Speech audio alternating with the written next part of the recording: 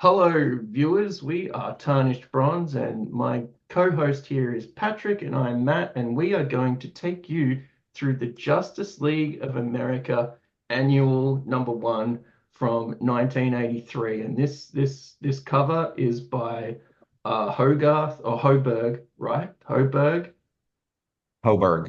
and it Yeah. is Rick sensational. Hoberg. So tell us more about Justice League of America annual one, Patrick. And did you get this off the shelf? Yeah. I did get this off the spinner at the grocery store, probably. Which one? I have no idea. Your guess is as good as mine. It was the summer of 1983, right before I would have been going into fourth grade. And this is 100% one of my favorite comic books from growing up. I read it over and over and over again. Love the Justice League characters, their design, the different colors, the different powers. And honestly, we've talked in previous episodes and we've talked privately about how, the JLA gets the rap of they don't have fully fleshed out characters and they're sort of you can exchange one for another with the dialogue and it doesn't make any difference. But in rereading this one so much later after the fact. Feel like at least in this instance, it's a bum rap. I mean, maybe it's because it's written by Levitz and Wein. And yeah, again, we're this is not on purpose, but just all the comics end up being written by Len Wein. And maybe maybe that's why. Because I do agree in the month to month, I have a lot of these from around the 70s through the probably the late 80s, early 90s. And I see that criticism and I think it's fair in a lot of the month to month issues. But in this annual, I feel like the characters are fully fleshed out. They're really given a lot of characteristics, if you Yeah, this will. was So, surprisingly and I good. think that makes it a much better comic. Surprisingly good Yeah, for me. When you have a yeah. done in one story like an annual, you need to give everyone a little bit of shine, and it does that. And I mean, Paul Levitz and Len Wein are the writing team here, and it shows they know what they're doing. They're competent people.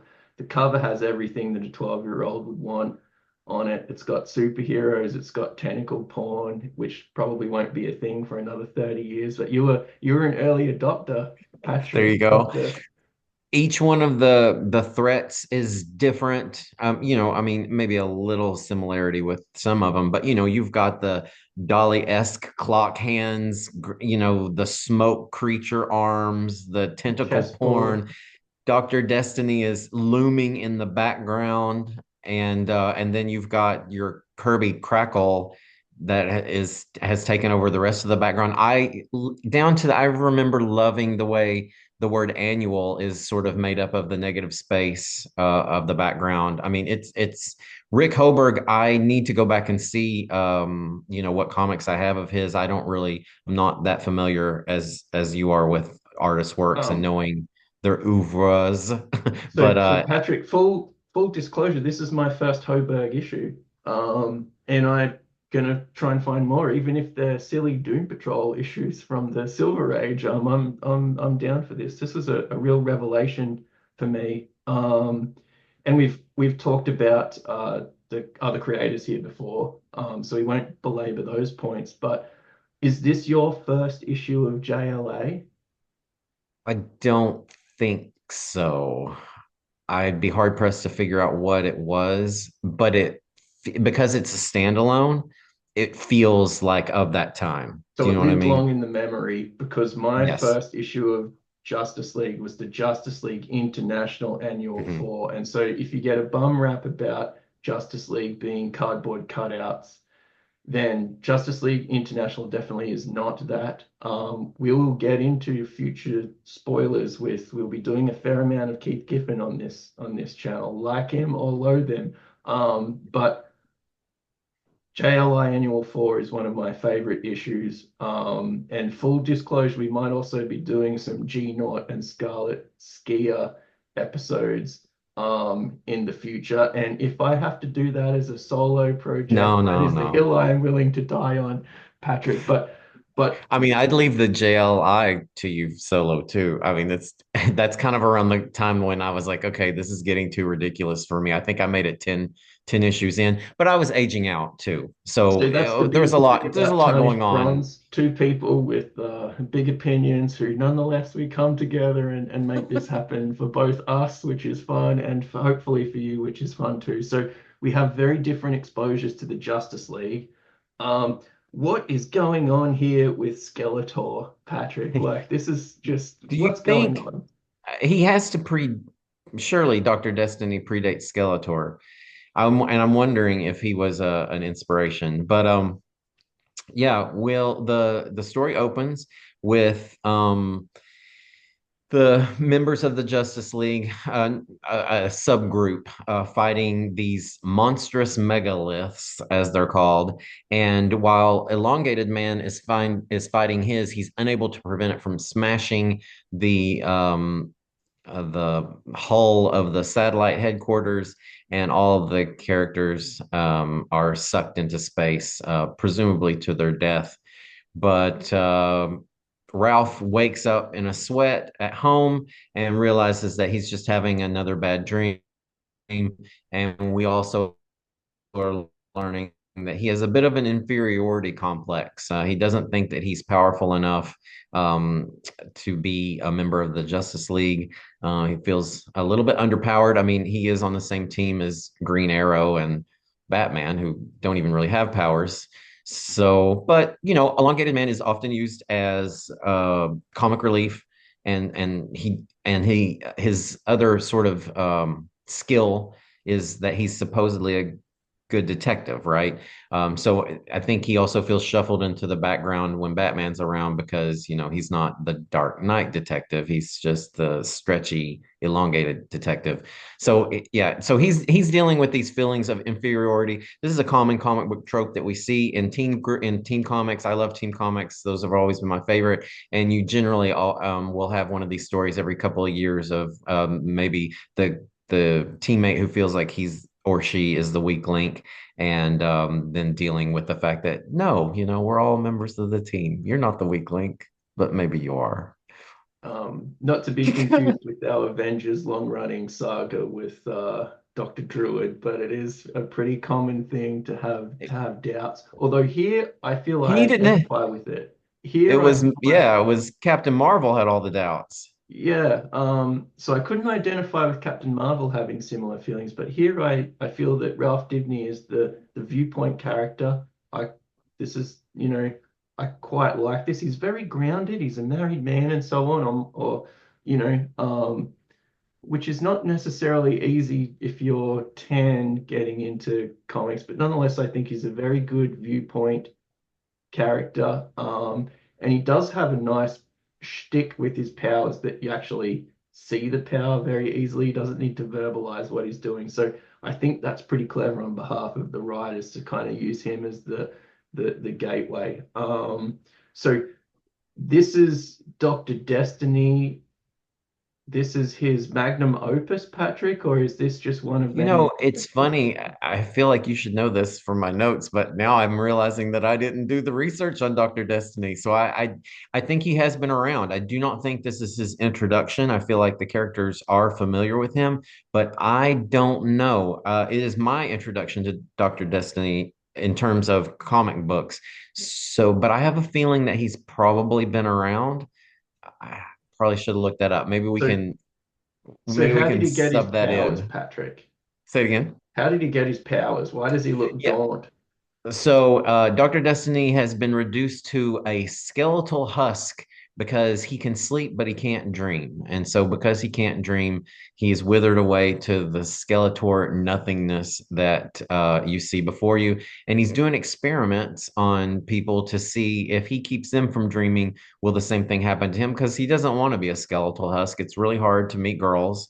He can't hold down a job. He only Oh, I can't say it. I was going to say he works at very non-traditional places where, maybe they don't care as much, if you're not really fit for public consumption. Well, Patrick, I'm no scientist, but it seems like a big stretch that sleep deprivation could make one look so It's not sleep deprivation, only the deprivation of dreaming. And apparently, this is torturous because, as we find out later, that's what he intends to do to the Justice League is have them sleep forever but never dream.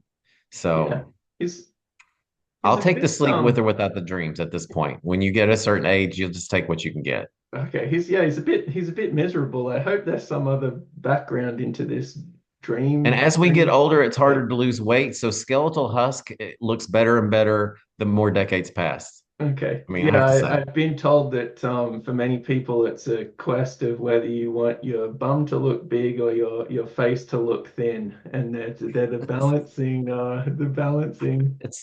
my balancing best test. friend and I always say you've got to eat enough so that your wrinkles don't get out of control in your face, but so less so that so that your ass doesn't get out of control. So yeah, it's a balancing act. Back to Dr. Destiny, though. Commissioner Gordon enlists the team because he's escaped from Arkham Asylum, and Zatanna is the team lead at this time. I think they call her the chairwoman, and she splits the team into groups so that these 11 characters are a little bit easier. Excuse me, I think we have 10 characters at this time. Are a little bit easier for the writer and the artist to handle, and each of the groups goes off and does their investigation to try to find out where Dr. Destiny has disappeared to and what is his end game. The first group is Firestorm, Hawkman, Hawkgirl, and Atom. And they use what's called a, your guess is as good as mine, but I think it's a cerebrometer, and it Yeah. detects delta wave radiation. Now, this is one of the things I love about comics. You probably know this, being the researcher that you are, but I'm an delta expert on waves are. cerebrometry. Oh, you don't know about that? Okay, well, delta waves are associated with dreaming. They are given off by the brain during dream. And I just know this offhand, but Mhm. I'm almost certain that I learned this from comics. And this is the kind of throwaway. Is there any such thing as a cerebrometer? No. Can you detect these delta waves out in the environment and chase down someone who's dreaming? No. But just the fact that they've used a tiny kernel of real science to inform their writing, I think that's great. I, for me, it really, really helped me learn things that otherwise I would have never known when I was a kid. And I think that's really great for kids. It is a worry, Patrick, because I've listened and been at conferences where people are talking about the delta waves, and because my experience of delta waves has been in comic books, I just thought it was all garbage. Oh, what are these people doing? Just theta Yeah, waves and delta waves and bullshit that they've seen in Justice League. So that sword is a double-edged sword, my friend. So be very careful about who you critique about that's their delta that's fair. waves. And so is technology big in the JLA? And I know that don't the Hawk Man and Hawk Woman are from some sort of, is it the future or am I They're getting no, confused they're with from Strange Adventures? Thanagar. They're from Thanagar, where all of the police force are Hawk people. So they have invented, the Thanagarians have invented what's called nth metal, I think, NTH, and it's got anti-gravitic properties. So I don't think their wings are made of it, but maybe their harnesses. So, but The so yeah, I BDSM mean, as an gear. as an alien race, they are very into technology, but as individuals, it's actually Hawk Girl who is the technophile, and we learn actually in this issue that Hawkman is hopeless with technology and has actually had his beak caught in the Cuisinart, which is just a great line. I think 80s the word Cuisinart was immediately what you would trot out to get an easy laugh, I think, as witnessed by Secret Wars 2, where Jim Shooter uses it ad nauseum, I think, to get laughs. But having your beak caught in a Cuisinart, that's pretty good. So is it a hot pot? Oh, Cuisinart. Oh, is it like a food processor? So it's a Okay. brand name. Yeah, okay. So this is a US thing. I don't know. They probably still make stuff, maybe, but Yeah. it's just a food processor. And I guess they were it was almost it was sort of the Band-Aid or the Kleenex of its time, right? It took Oh, over from the word from the phrase food processor, everything was just a Cuisinart. So so yet another reason for me not to read Secret Wars 2. Fantastic. And so I must yeah, admit, please don't make us reread that. That I mean, of all the things that I will go along with, I love Secret Wars 1. I know people shit on it. I think it's great. It came out when I was like 9 or 10, so it was a good time for me. Secret Wars 2, mm, not so I much. didn't like it when I was young, so I really don't want to read it now. But anyway, So I'll we've do been what getting into character designs, and Dave Cochrum's name keeps coming up, the Legion of Superheroes and the X-Men and so on and so forth. Now, this is pretty cool for someone who doesn't experience all of these characters. Like Firestorm's gone through a few redesigns, but nonetheless is pretty obvious in this issue. Atom does have a really dumb symbol for his costume, maybe one of the worst. But everyone looks good. The Hawkman and Hawkwoman are a really strong visual. I have a feeling that I want to get into the Mike Grell drawn issues of this pair, and I'm somewhat uncomfortable because I can't tell if they're siblings or if they're married. why is he a man and she's a girl, but they're together? Yeah, it's all very comic booky but somewhat icky. It just makes me That's feel fair. somewhat Yeah. uncomfortable. Let's put it that way. I noticed you immediately were referring to her as Hawk Woman, and yeah, she's Hawk Girl. So, but Oh, is and that that's reductive or is that based on age? No, I was kidding, but yeah, she is Hawk Girl. And I don't know if that's based on age or if it's just because she's a little lady. and I know that we're in pre-crisis here, but one of the things that just takes me out of the art in various portions is the changing age of Wonder Woman seems like quite young in some of the panels and then sort of older in some of the other panels. And so this is what is the sort of canonical, like my canonical age of sort of Wonder Woman is always perpetually 30. Whereas here it seems like she's very young in some panels. So Patrick, is that what So you get out of this too, or is that just me being peculiar? I think if you notice she doesn't have the golden eagle on her chest plate. She has the W's. Okay. And if I recall correctly, she was redesigned by Perez sometime in the 80s, and they may have de-aged her at that time. So if Okay, you go back one, yeah, see how she has the stylized W's? When she first came out, she had it was a bird's head and bird wings. I always thought it was an eagle. that's what. Oh, Um, okay. This is a WW with eagle wings, not a yeah, bird. so Right. if I remember right, she was the new Wonder Woman. Now, it's hard for me to remember because I didn't collect Wonder Woman at the time. I love her as a character. I loved her in the team. And I had a few more Wonder Woman than I had Batman, but didn't follow her closely. So, but I do remember her being redesigned. So Okay. maybe during her redesign, went through a youth she was euthanized. No, No, wrong. She was made wrong more word. youthful. She was made more youthful. She used some oil of Olay. Yeah, moisturizing is the key to skin health, I believe. So Patrick, we've done our little trick of the writers to just bust everyone up into the little teams, and so this is where we also get introduced to the Ivy University. I'm not sure if that's one of the Ivy League places, but nonetheless, I presume there's a lot of ivy and a lot of sandstone everywhere, so that's fantastic.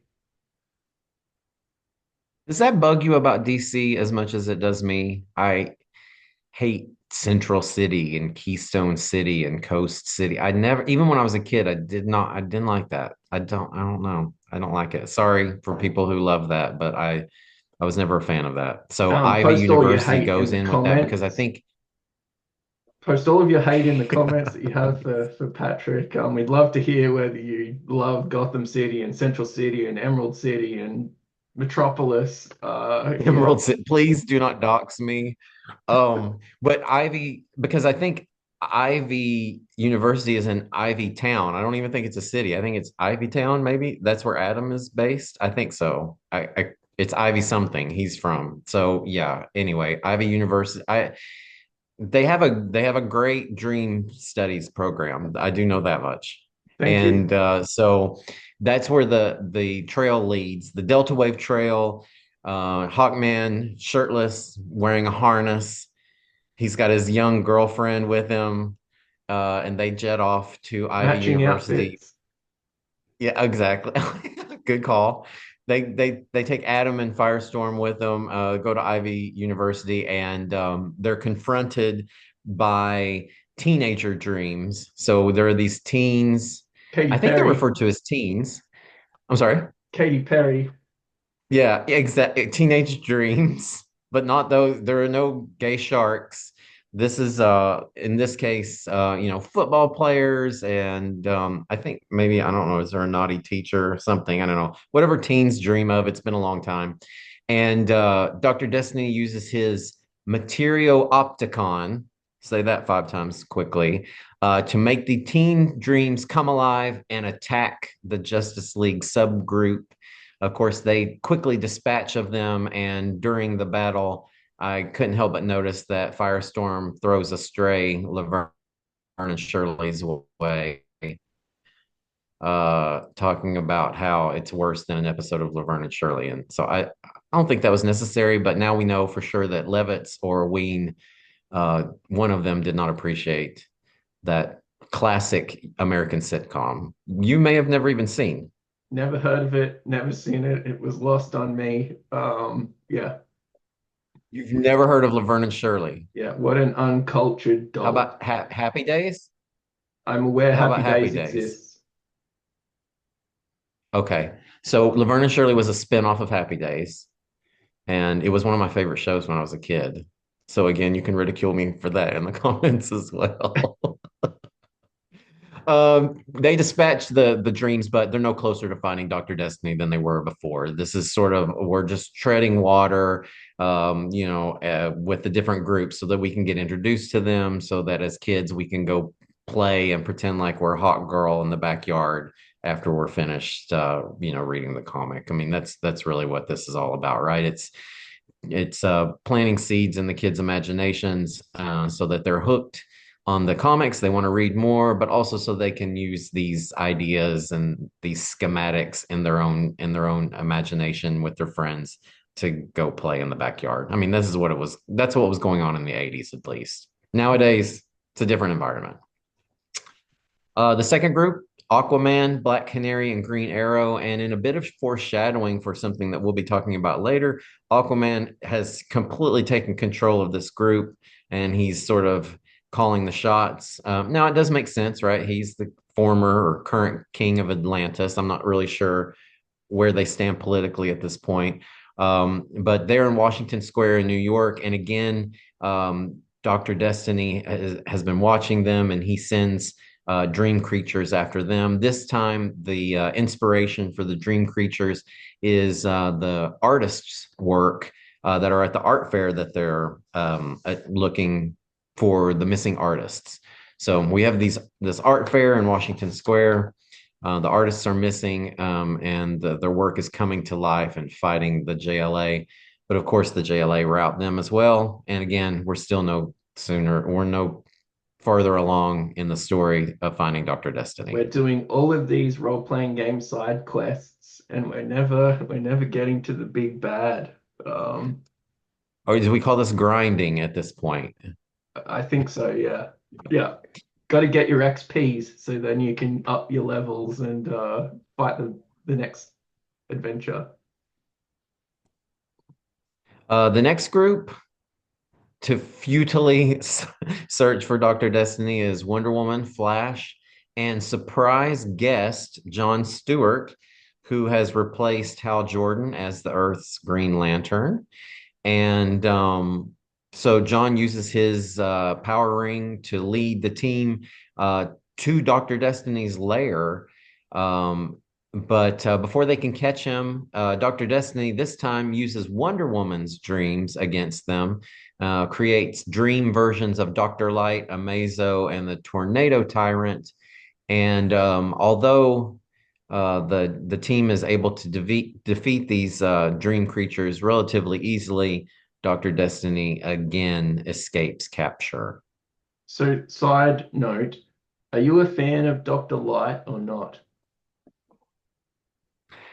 You know, I do love, is it Identity Crisis? Me It's too. really I like great Dr. story. Light as a silly villain, and I love him as the King Lear of villains. He's all things to all people. And he, yeah, What do you think about the female Dr. Light? I don't have quite as much experience in her Okay. adventures. So You've yeah, read Crisis, right? Crisis is a blind spot for me. I've read all around Hmm. it. So Okay. Well, yeah, she's kind of introduced in Crisis, and she's a heroine, but she's very prickly, and I think she's a Japanese scientist. I actually I loved her design, and of course I love the power set. But yeah, I thought she was kind of cool. I'm not really. I wonder what the story was behind why they decided to reintroduce a different Dr. Light and gender swap her, make yeah, her a heroine instead of a villain. I mean, like I said, granted, she is known for being crabby, so that's part of her. That's not me judging. That's yeah, part of the yeah. way she's standard written.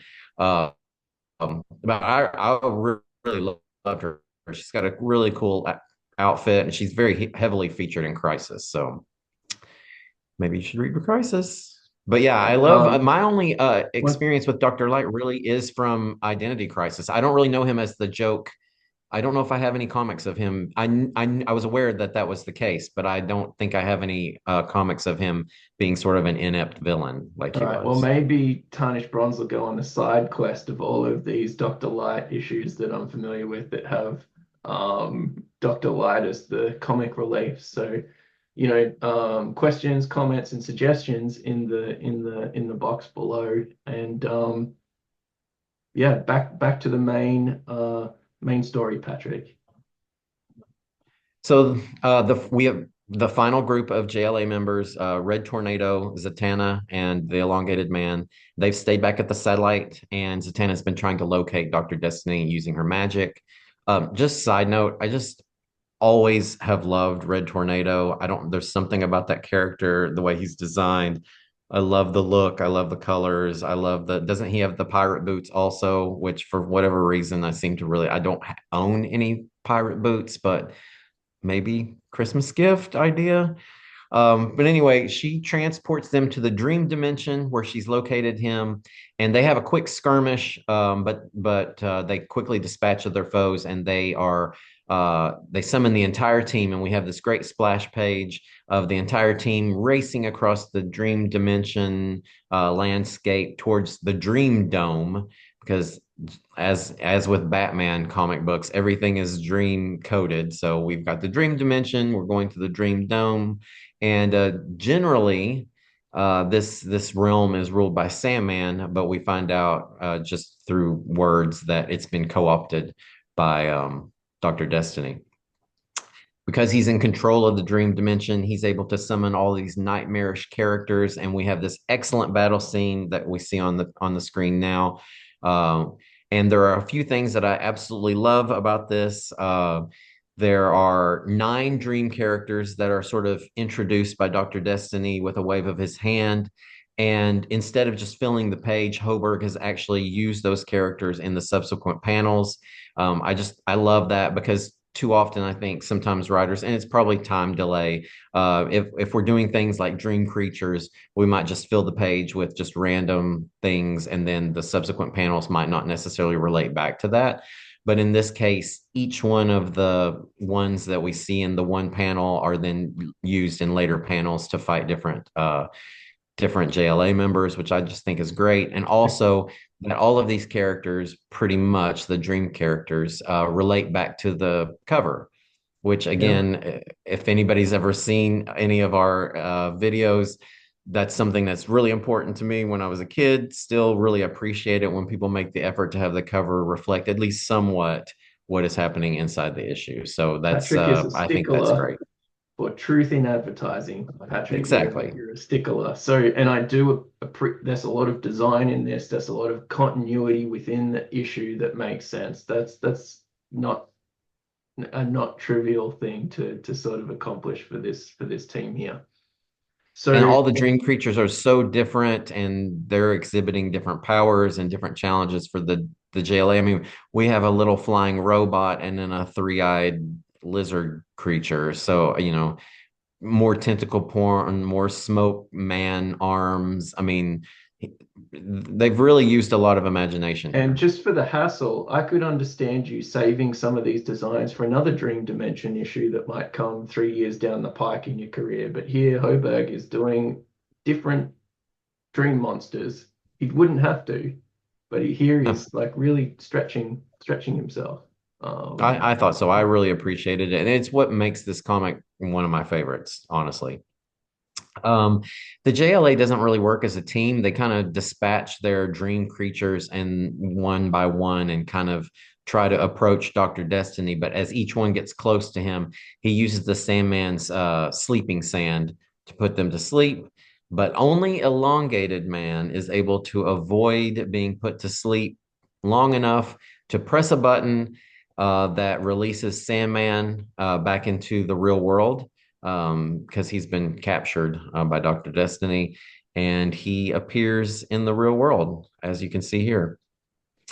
Now, meanwhile, Dr. Destiny has placed all of the JLA members in these see-through prison tubes, which again, another one, a comic book trope that I've always really loved. Love to see the Avengers or the X-Men or whoever put in their little test tubes, human-sized test tubes that prevent them from using their powers. And Dr. Destiny says that they will remain asleep but unable to dream, which will eventually reduce them to husks similar to Destiny himself. So how are the stakes? Yeah, it's ratcheting up, and the human-sized test tubes, I love them as Do well. you use those in your work? I am currently making a very terrible comic, but it does feature humans in a test tube. And not just one, we have to have rows and rows of these things, obviously, because nothing sells megalomaniac, nasty nut job than just rows and rows of people in test tubes. For me, it's always a seller. It always will be. Movies, film, any media. You could do a marble sculpture. Like, why did Michelangelo never put the Pieta in a human-sized test tube? Maybe his Why foot would indeed? fit. Yeah, that's a question to ponder. So the Sandman finds himself in Metropolis and he enters the apartment of a mysterious stranger.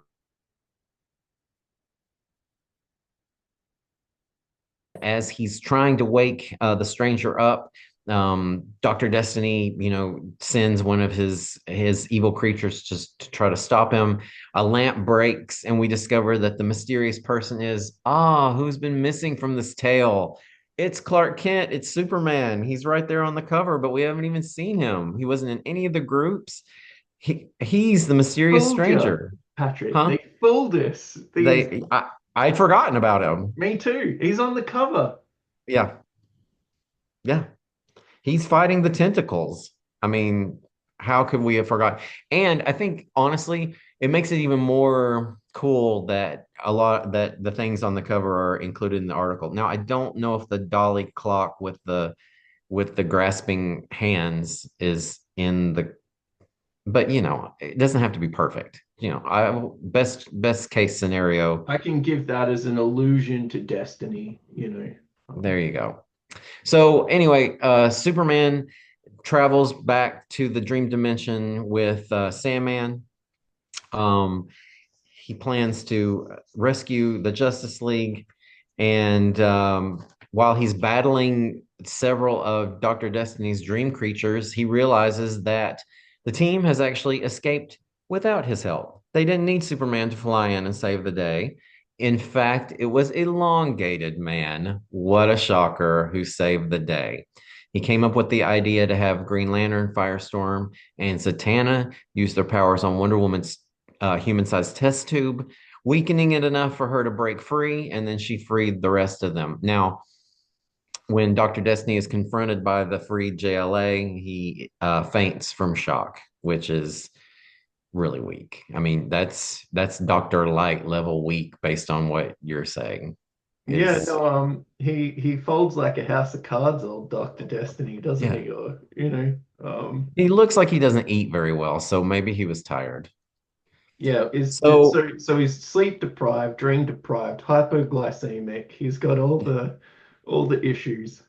yeah, I mean he's basically sinew and grizzle at this point. So it's hard to expect much, but I didn't expect him to just pass out and faint. But I also think that we're probably 30 some pages into this epic, so we probably needed to wrap it up. I'd expect Um, him to pass out and faint if Hawkman and Hawkgirl got all that harness stuff ready for him to all those contraptions. Now, the question I had is, and did you notice this when you read it, that they were supposed to be asleep in their tubes forever, but unable to dream so that they would turn into husks. So if they were asleep, then how did the elongated man come up with, and how did they put this plan into action? A little bit of plot hole. Again, I'm not one to pick things apart, but in reading it, I noticed. I was like, wait, I thought they were asleep. I'm just saying. So, Patrick, I think we need to come up with a tarnished bronze version of a no prize. And, because you have to explain the plot hole, right? And so I'm starting to think that because elongated man has night sweats, his electrolyte balance is going to be different. And so when he's put in these chambers, he's got a slightly different delta and theta and gamma wave due to all of the different electrolytes in his system. So I think that's how he's able to just like start to push the boundaries and maybe keep the other ones awake. Yeah, maybe he shorted out his tube and then he was able to wake them up. Yep. Okay, I'll accept that. And I think that's probably too much exposition because we already had to have Dr. Destiny faint in one panel to finish up in time. Yeah, we got to So we're wrap this running out of up. panels. Got Yeah, to wrap we've this got to up. we've got to wind this up. Not us. I mean, we can talk about this for an hour. I've got all day. But anyway, Sandman is offered membership, which he politely declines. He needs to stay in the dream dimension and do whatever he's doing there. And he reveals that there was a reason that he's been monitoring Superman's dreams. Quote, Superman dreamed of a better tomorrow, a world finally at peace, but more, he dreamed of those who share his dream. And Wonder Woman says, he was dreaming about us. And Oh, I'm 40 years old. That's bringing a tear to my eye, Patrick. I mean, what it's a hell of silly. like it is pretty good, right? And just what a competent comic. Yeah, has it all. I mean, they even introduced three other villains in the form of dream creatures, right? Like Tornado Tyrant. Yeah, yeah. Yeah. Yeah, that's Just great. really Amazo, who anytime you can put Amazo in a comic, I'm 100% going to buy that. I love Amazo. Oh, Amazo also fights the new Detroit Justice League. Ooh, that okay. would Oh, is probably that be. a spoiler for Oh, down the sorry. line? Yeah, yeah. You And don't know yeah, this, but so stay tuned for the much maligned Detroit Justice League. Like everyone was so sick of it that they couldn't wait for JLI, which was my introduction, as I mentioned before. But Patrick and I might have to dust off some of these Detroit Justice League issues and that's my justice. Now, granted, I started at the tail end with these guys, okay. but I was young and very into comics when they went to Detroit, and I like the team. I think they're criminally underrated, honestly. So Unfairly maligned, as I would say, not just maligned. so this brings us to the next thing. So we've done some Batman issues, we've done some Avengers issues. Most of these issues, either we kept reading comics, but maybe not those ones. This one, not only was it enough to keep you reading comics, but you stayed on the JLA, it seems like, through thick and thin for a long, long time. Mm, yes. Oh, yeah, absolutely. I mean, I will admit that I remember distinctly when the team switched over, right? And they would have members from the old JLA come by every now and then, right? And I love those episodes, and I really missed these characters just because I love the design. They're so different. I mean, you've got the, like you said, you've got the hawk people, you've got the stretchy guy, you've got the fast Flash, you've got Magic and Zatanna, the Oh, cynical. is this is not this is Barry Allen, right? Not Wally West. It's still Barry Allen. Okay. Yeah, this is pre-crisis. So I was along with everybody else, like sad that it wasn't going to be the Justice League that we were used to. But to me, the new characters were kind of fresh. They had different powers. It's you'll find when slash if we get to it that the characterizations are much more fleshed out. They're definitely turning towards the what we might call now the Marvel style of what's going on with these characters during their off time. What are their internal motivations? And I thought it was. I really liked it. I once I got over the initial sort of sadness of not seeing Wonder Woman and Flash every month or so, I was like, oh, these guys are great. So. Well, definitely we'll have to get into the Detroit Justice League, but here it was a revelation for me. There's 13 or 14 characters, some of which I'm only aware of from JSA, I think. Mhm. And I once again, those both the Detroit Justice League that you're familiar with and the Justice League International, that was kind of my taster for the Justice League. The heavy hitters are mostly out of it. So Mm. no Superman, no Wonder Woman, no Batman, unless he's punching Guy Gardner. Indeed, the Green Lantern in that is Guy Gardner. Like, so I'm aware. they're doing all of these making the main characters have to launch 3 or 4 books or stay in 3 or 4 books in the case of Superman. I think he has like action comics and adventure comics and so on and so forth. So this was a really refreshing comic. I don't think I'd want to read Justice League month to month like this because this had the extra additional pages. There's a bit more care taken, I think, into the inking and the rendering on this. Dick Giordano always does a really good job, and you can tell here from a lot of these panels they're very exquisite. I don't think you could necessarily do this on a monthly basis. I love these panels where you have the person Mm. moving, but the thing is otherwise static, and that's got a special name. I'm blanking on that. I love the look at the posture here. Wonder Woman leaning Mm. back and the looming And tentacles. she's going into the next panel, which I know you love Just that. yeah, just there's a lot of care and detail and attention paid even to these otherwise throwaway villains or dream creatures. And then this, I have to, we are tarnished bronze. We're out of the Silver Age. We are going into the modern or the image age. And this to me looks like something out of the Spawn comic where Spawn materializes with you like capes, Patrick. I can't understand why you don't like Spawn because his cape is like 8 times the length of a normal man. Um, but that is like the sort of proto Todd McFarlane energy stuff, which is Oh, and going to I be love that. yeah, it's going to be used and abused down the pike. I think Keith Giffen does my personal favorite Kirby Crackle riff. Todd McFarlane's Kirby Crackle riff is also very good, but it's also his one is also very geometrical like this. So I've seen Kirby Crackle before. I like the Eric Larson Crackle and the Keith Giffen Crackle, but it's not necessarily geometrical like this. Whereas this one is like a time tunnel.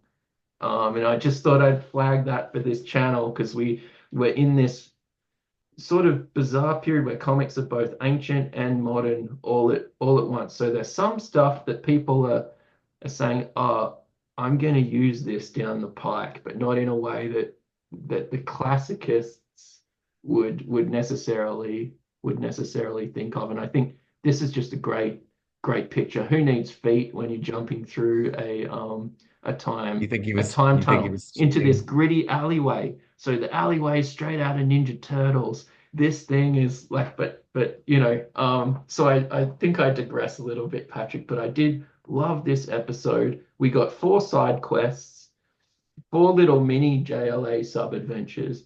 We got all of the sort of characterization that maybe the main book lacks. I can't really speak directly to that, but um, A maybe mid-issue splash page with all the team yeah. I mean, we could bonus. if we wanted to break copyright, we could basically have copied this entire book and put it all on these little showcase things. But I just want to end on this because like this will stick with you. It obviously stuck with you, Patrick. This is maybe it's 40 years old now. It's not tired to me. How many Mm-mm. books do you go to the bookstore and if that cover is 40 years old, you can tell and also you don't want to buy the book because you buy a cover, buy the book, right? This thing, if you change the trade dress but kept the picture, I think you would still be selling this. Um, just it's what a composition. Just looks great, and it helps that two people who know what they're doing are writing the story.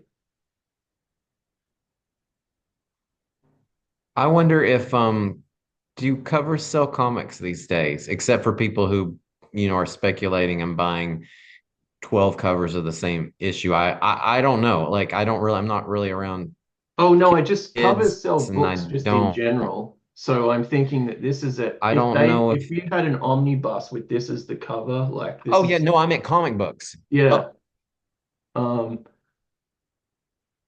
yeah, I in the I days think of so. in Yeah, now yeah. that we live in the If it's good days of enough, maybe. pull lists and subscriptions and so on, I don't think the cover matters almost more than it ever did because we have to sell 10 variants. And it Mm. matters less than it ever did because like if you don't know this comic exists, you're not putting it in your pull box.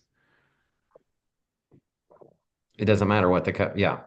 And kids seem so much more savvy than when I was a kid, right? Because, like I said, it's not like I one time fell for buying a comic that I liked the cover that had nothing to do with the inside of the comic. I mean, this has happened multiple times to me as a kid. So, and I don't know. I feel like kids are maybe more aware of marketing and false advertising. I don't know. Maybe that they just seem to be, or maybe kids just don't even read. I don't do kids even read comics anymore.